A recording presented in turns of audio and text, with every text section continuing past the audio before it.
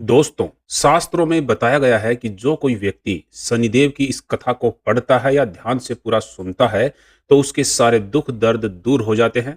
इसलिए शनिदेव की इस कथा को अंत तक जरूर सुने और अन्य लोगों तक भी इसको पहुंचाएं। तो चलिए, बिना विलंब किए शुरू करते हैं दुख और दर्द को दूर करने वाली शनिदेव की इस कथा को। दोस्तों, एक समय सभी नवग्रह सूर्य, चंद्र, मंगल, बुध, बृहस्पति, शुक्र, शनि, राहु और केतु के बीच विवाद चल रहा था कि हम सब में से बड़ा कौन है। बहुत दिनों तक कोई निर्णय न होने पर सभी नवग्रह देवराज इंद्र के पास निर्णय कराने पहुंचे। इंद्र इनको देखकर घबरा गए और इस पर निर्णय नहीं देने का सोचा, लेकिन उन्होंने कहा कि पृथ्वी लोक पर राजा विक्रमादित्य हैं जो कि अति न्यायप्रिय हैं, वो इसका न्याय कर सकते हैं। इसके बाद वे सभी एक साथ राजा विक्रमादित्य के पास पहुंचे और अपना विवाद बताया और फिर निर्णय लेने के लिए कहा। राजा विक्रमादित्य परेशान हो उठे, क्योंकि वे जानते थे कि अगर किसी को भी छोटा बताया तो वही क्रोधित हो उठेगा। कुछ देर पश्चात उन्हें एक उपाय सूझा और उन्होंने सोना, चांदी, कांसा, पीतल, सीसा, रांगा, जस्ता, अभ्रक और लोहे से 9 सिंहासन बनवाए और इन सभी को इसी कर्म से रख दिया और फिर नवग्रहों से निवेदन किया कि आप सभी अपने अपने सिंहासन पर स्थान ग्रहण करें। जो अंतिम सिंहासन पर बैठेगा वही सबसे छोटा होगा। इसके अनुसार लोहे का सिंहासन सबके बाद होने के कारण शनिदेव सबके बाद में बैठे और वहीं सबसे छोटे भी कहलाए। लेकिन शनिदेव ने सोचा कि राजा ने ये जानबूझकर किया है। उन्होंने कुपित होकर राजा से कहा, राजा, तू मुझे नहीं जानता, क्योंकि सूर्य एक राशि में 1 महीना, चंद्रमा 2.25 दिन, मंगल 1.5 महीना, बृहस्पति 13 महीने, बुध और शुक्र एक एक महीने विचरण करते हैं। लेकिन मैं 2.5 से लेकर 7.5 वर्ष तक रहता हूं। मैंने बड़ों बड़ों का विनाश किया है। मैंने श्री राम की 7.5 आने पर उन्हें वनवास में भेजा। रावण की 7.5 आने पर उसकी लंका को वानर सेना से परास्त होना पड़ा। लेकिन अब तू सावधान रहना। ऐसा कहकर कुपित होते हुए शनिदेव वहां से चले गए और अन्य देवता और नवग्रह भी वहां से खुशी खुशी जाने लगे। लेकिन कुछ समय पश्चात राजा विक्रमादित्य की 7.5 भी शुरू हो गई।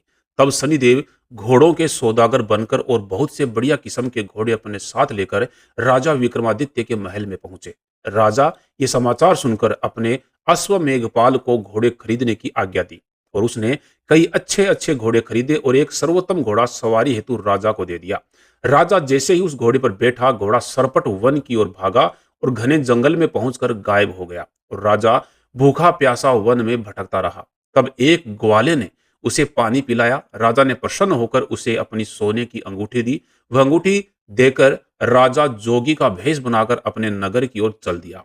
बीच रास्ते में वह एक सेठ के पास रुका और अपना नाम विक्रम बताया। सेठ दयालु था, अतः उसने विक्रम को जलपान करवाया और आराम करने को कहा। भाग्यवश उस दिन उस सेठ की अच्छी बिक्री हुई। सेठ खुश होकर विक्रम को खाना इत्यादि खिलाने अपने घर ले गया। वहां विक्रमादित्य ने एक खूंटी पर देखा कि एक हार टंगा हुआ है जिसे खूंटी निगल रही है। थोड़ी देर में पूरा हार गायब हो गया। तब सेठ की नजर भी खूंटी पे पड़ी तो हार गायब है। उसने सोचा कि विक्रम ने ही उसे चुराया है।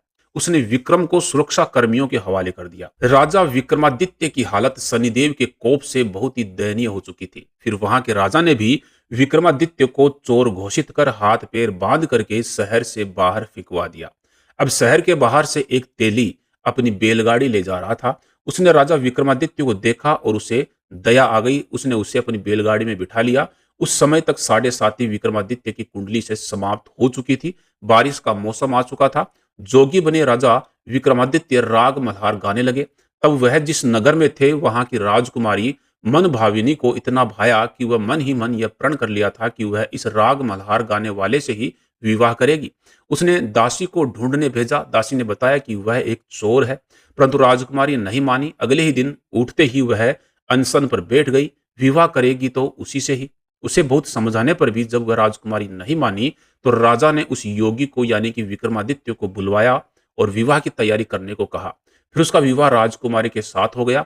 तब एक दिन सोते हुए सपने में शनिदेव ने राजा से कहा, राजन, देखा तुमने मुझे छोटा बताकर कितना दुख झेला है।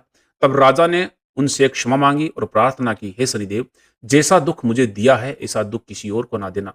शनिदेव मान गए और कहा कि जो मेरी इस कथा को हर शनिवार सुनेगा और व्रत रखेगा तो उसे मेरी दशा में कोई दुख नहीं होगा, और जो नित्य मेरा ध्यान करेगा, चींटियों को आटा डालेगा, उसके सारे मनोरथ पूरे होंगे। अब आंख खुलने पर जब राजकुमारी ने जोगी को देखा तो वह आश्चर्यचकित रह गई। तब विक्रमादित्य ने उसे बताया कि वह उज्जैन का राजा विक्रमादित्य है। तो वहां पर सभी बेहद खुश हुए। तब ये बात सेठ तक पहुंची तो वह पैरों में गिरकर माफी मांगने लगा। तब राजा ने विक्रमादित्य से कहा कि वह शनिदेव का कोप था, इसमें किसी की कोई गलती नहीं। सेठ ने फिर भी निवेदन किया कि मुझे शांति तभी मिलेगी जब आप चलकर मेरे घर पर भोजन करेंगे। सेठ ने अपने घर पर नाना प्रकार के व्यंजनों से राजा का स्वागत किया। साथ ही सबने देखा कि जो खूंटी हार निगल गई थी वही खूंटी उसे उगल भी रही है। सेठ ने अनेक मोहरें देकर राजा का धन्यवाद किया और अपनी कन्या श्री कावेरी से शादी का निवेदन भी किया और राजा ने स्वीकार कर लिया। कुछ समय बाद राजा अपनी दोनों रानियों मन भाविनी और श्री कावेरी दोनों को सम्मान सहित उज्जैन नगर को लेकर आए और वहां प्रजा ने उज्जैन की सीमा पर ही उनका स्वागत किया।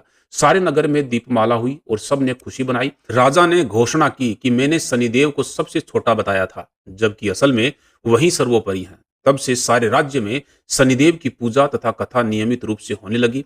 सारी प्रजा अब खुशी व आनंद से रहने लगी।